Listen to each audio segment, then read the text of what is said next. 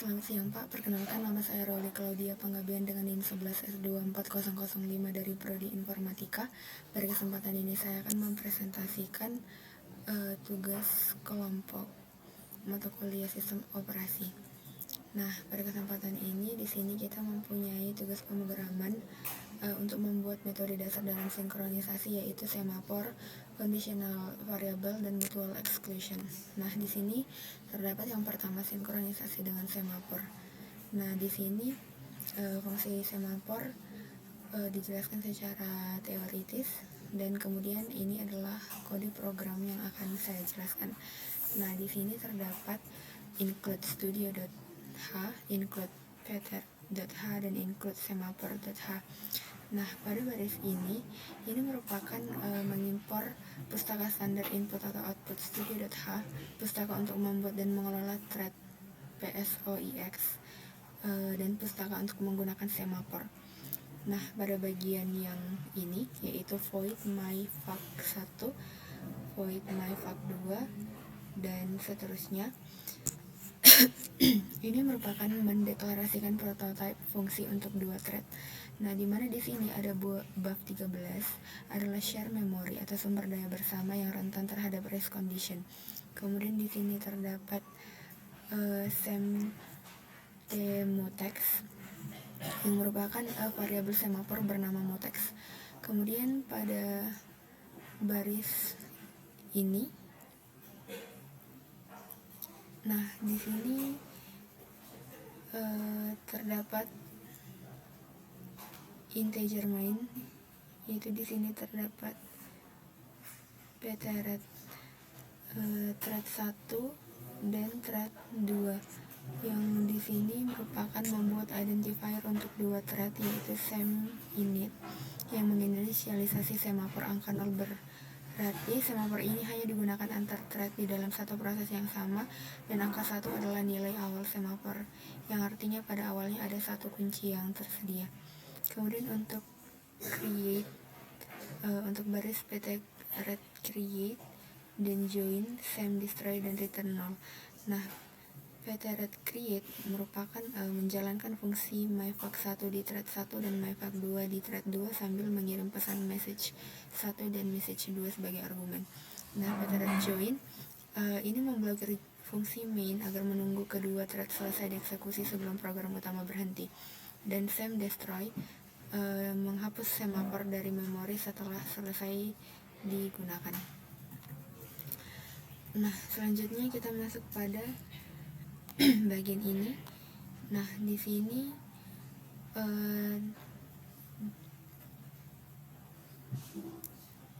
fungsi ini dijalankan oleh thread 1. Yang pertama, ia mencetak pesan thread 1, di mana di sini ada semWait, yang artinya jika nilai semafor lebih besar dari 0, nilainya dikurangi jadi 0 dan thread lanjut.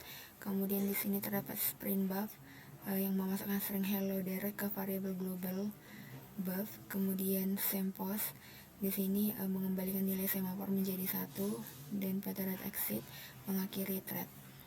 Nah, selanjutnya untuk bagian ini, nah sama seperti myFaq1, tetapi fungsinya adalah membaca isi buf dan mencetaknya. Itu merupakan fungsi bagian ini, di mana terdapat destroy di dalam fungsi ini. Yang ini adalah praktik buruk karena thread lain mungkin masih menggunakan mutex, dan pengajaran semafor seharusnya hanya dilakukan di main setelah semua pthread join selesai. Nah, ini adalah implementasinya di Ubuntu, dan hasil eksekusinya adalah sebagai berikut, di mana di sini terdapat dihasilkan thread 1, thread 2, dan hello there. Nah, selanjutnya kita masuk pada semafor PC, yang ini merupakan code-nya, di mana pada semafor PC ini sendiri, nah ini merupakan bagian yang mengimpor sistem call Linux untuk mendapatkan thread ID asli dan mendefinisikan jumlah thread masing-masing dan ukuran buffer maksimal. Nah, dimana pada implementasinya di sini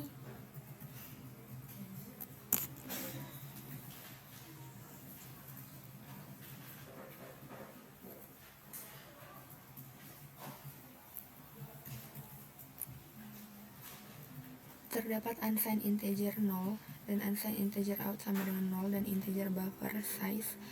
Kemudian terdapat same empty full, same empty dan same empty mutex.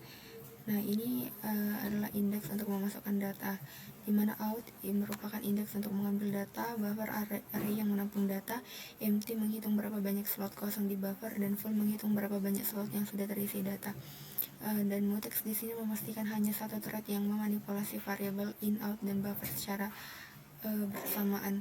Kemudian di sini terdapat inisialisasi.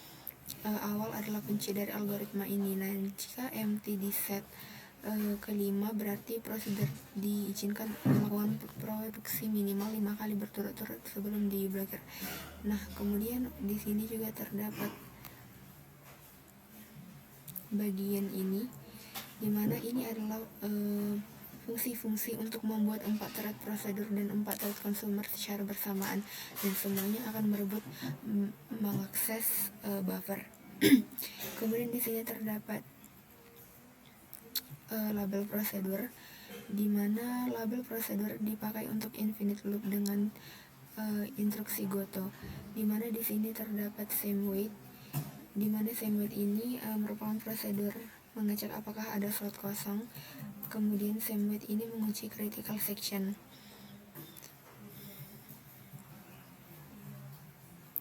Nah, pada bagian ini merupakan membuat angka acak, memasukkannya ke buffer pada indeks in modulo buffer size digunakan agar saat indeks mencapai 5 ia akan berputar kembali ke indeks 0 atau circular buffer.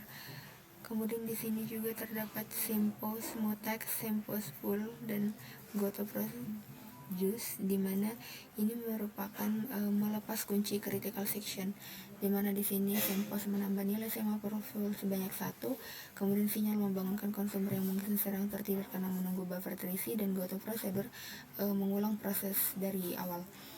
Nah, kemudian di sini juga terdapat kebalikan dari prosedur, di mana konsumer mengecek full. Nah, jika full sama dengan 0 atau buffer kosong, konsumer diblokir atau menunggu, dan jika ada full dikurangi 1. Nah, di sini juga terdapat sleep, di mana ini mengambil data dari buffer index out lalu memutar index out menggunakan modulo. Nah, di sini terdapat sempos mutex, sempos empty, goto consumes. Ini membuka kunci mutex dan menambah nilai empty sebanyak 1 yang akan memberi sinyal kepada produser bahwa ada satu slot kosong baru yang diisi, dan hasil eksekusi dari program ini adalah sebagai berikut.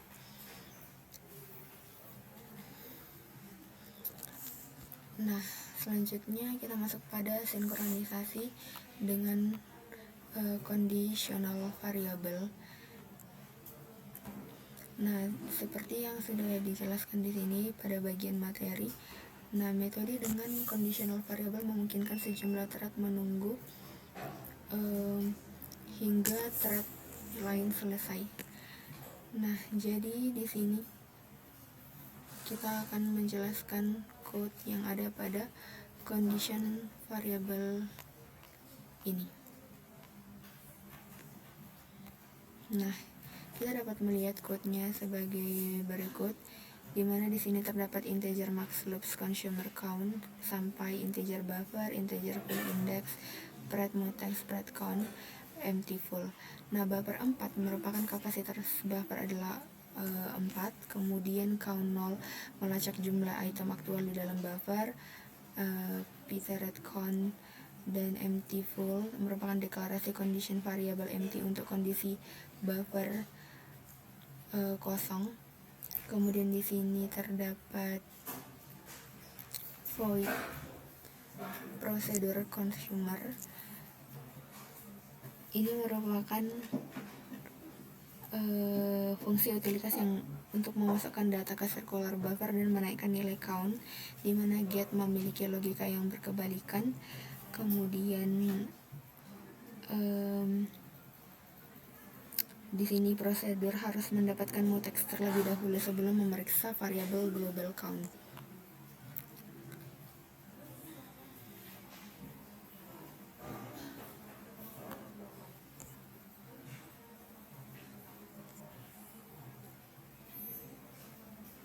Nah, jadi di sini max itu merupakan kapasitas maksimal dari buffer, kemudian loops jumlah iterasi atau seberapa banyak item yang diproduksi, buffer itu array yang bertindak, dan seterusnya.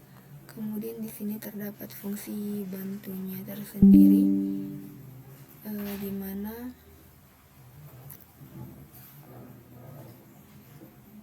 di sini terdapat void put integer value, di mana put di sini memasukkan value ke dalam buffer dalam posisi fill index, kemudian fill index sama dengan fill index plus 1 %max menggeser indeks ke kanan. Operator modulo membuat indeks berputar kembali ke 0 jika sudah mencapai batas maksimal, atau menciptakan efek circular buffer. Kemudian count plus plus menambahkan jumlah item yang ada di antrean. Kemudian di sini terdapat get yang digunakan oleh consumer. Ini menyimpan nilai dari buffer pada use index ke variabel sementara TMP dan menggeser use index dengan logika circular yang sama. Kemudian count minus ini mengurangi jumlah item yang ada di antrean karena sudah diambil dan mengembalikan nilai TMP. Kemudian di sini terdapat fungsi mainnya. Nah, bisa kita lihat sebagai berikut.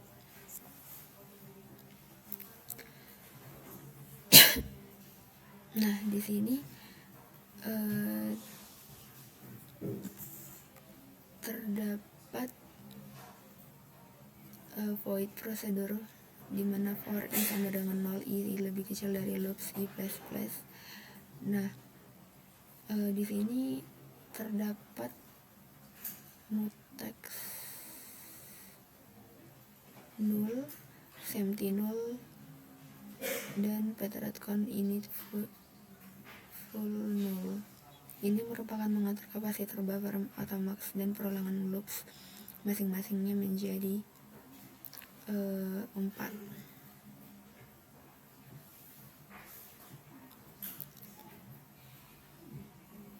Kemudian di sini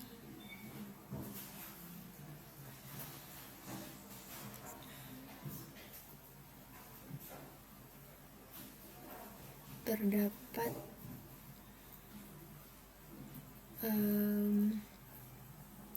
thread procs, consumer threads, dan sampai seterusnya, di mana fungsi-fungsi ini membuat 2 thread atau 1 untuk prosedur dan 1 untuk consumer, lalu main menunggu thread join dan kedua thread tersebut menyelesaikan tugasnya.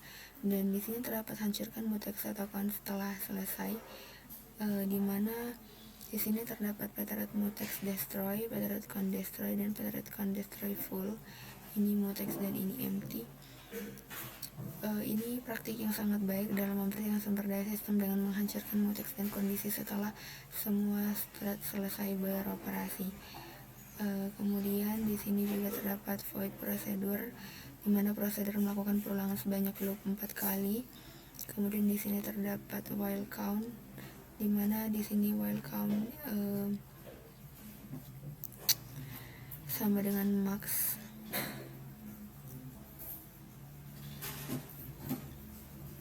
Nah, di sini ia mengecek apakah buffer sudah penuh, dan jika ia tidak boleh menambah data dan ia memanggil thread count wait. Nah, kemudian di sini terdapat fungsi thread count wait yang melakukan operasi magic, di mana ia mendurkan thread ini dan secara bersamaan melepaskan kunci mutex secara otomatis. Dan mengapa menggunakan while dan bukan if? Ini untuk mengatasi masalah yang disebut suspicious wake up. Kemudian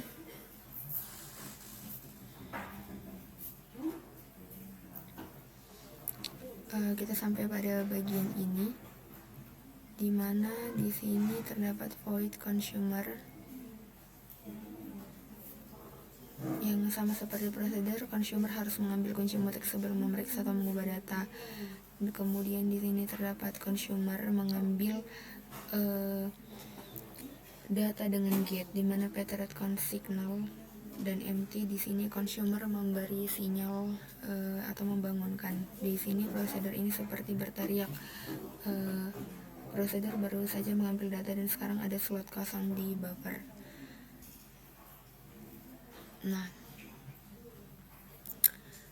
kemudian kita masuk pada bagian mutex, dimana cara lain untuk menyinkronkan akses dalam program multithread adalah dengan mutex. Nah, di sini kita akan menjelaskan code ini, dimana ini adalah versi yang sangat sederhana dari prosedur consumer, namun hanya menggunakan satu elemen dan murni menggunakan mutex API. Nah, code-nya adalah sebagai berikut. Nah, dimana di sini terdapat integer buffer sama dengan 0 pthread mutex. Nah, ini tidak ada perhitungan slot penuh kosong. Kemudian pada bagian ini terdapat looping 5 kali, dan pthread mutex lock mengunci variabel buffer, dan jika consumer sedang menguncinya, prosedur akan tertahan di baris ini, kemudian mengubah nilai buffer dan memaksa thread tertidur 1 detik untuk memberikan kesempatan waktu kepada thread consumer untuk berjalan. Kemudian pada void consumer, void arg, dan for integer i sama dengan 1. Pada bagian ini tersendiri logikanya identik. Ia hanya mengambil kunci, membaca nilai buffer, melepas kunci, lalu tidur karena tidak ada kondisi penuh atau kosong yang ditahan, dan hasil akhirnya sangat bergantung pada scheduler OS. Dan bisa saja consumer membaca nilai yang sama 2 kali jika prosedur telat memperbaharuinya. Nah, kode lengkapnya adalah sebagai berikut, dan hasil akhirnya adalah sebagai berikut, di mana consumer mengambil 0, prosedur menghasilkan 1 dan 2, consumer mengambil 2, dan prosedur menghasilkan 3, consumer mengambil 3, consumer mengambil 3, prosedur menghasilkan 4, prosedur menghasilkan 5, dan consumer mengambil 5. Nah, analisis kodenya juga bisa dilihat di dalam laporan praktikum ini tersendiri. Kemudian kita masuk pada file yang terakhir, yaitu diningphilosophers.c. Ini merupakan pengimplementasian masalah klasik sinkronisasi untuk menghindari deadlock, di mana di sini terdapat define n5, s, SMT, chopstick, dan SMT room. Nah, ini ada 5 filsuf dan 5 sumpit, dimana chopstick adalah array semafor yang mewakili masing-masing sumpit, dimana satu sumpit itu sama dengan satu kunci, dimana room digunakan sebagai trik agar tidak semua filsuf makan bersamaan yang menyebabkan macet total atau deadlock. Nah, di sini terdapat void philosopher, integer id sama dengan integer arg, dimana while sama dengan 1, print f philosopher %d is thinking, dan sleep 1. Ini merupakan filsuf pertama-tama berpikir selama 1 detik, kemudian dia masuk ruang makan maksimum 4 orang.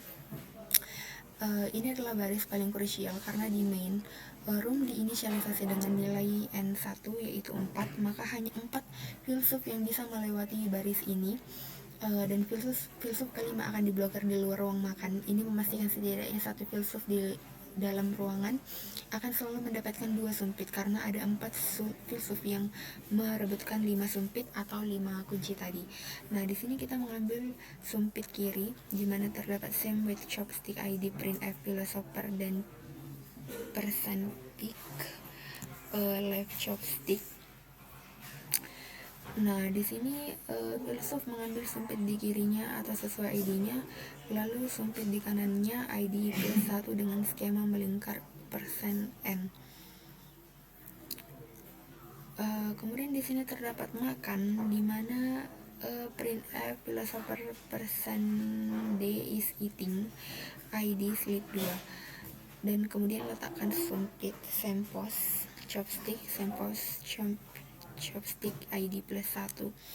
Nah, pada baris ini di sini sedang makan selama 2 detik, dan setelah selesai ia mengembalikan kedua sumpit dengan sempos sehingga filsuf lain yang mengantri bisa menggunakannya. Dan akhirnya keluar dari ruang, dimana ini filsuf keluar ruangan sehingga filsuf kelima yang tadi antri di luar sekarang bisa masuk. Sehingga demikian penjelasan untuk kode diningphilosophers.c. Nah, jadi di sini ketika kita memasukkan code ini ke dalam Ubuntu, kita bisa melihat outputnya sebagai berikut. Nah, di sini dia akan selalu berulang-ulang.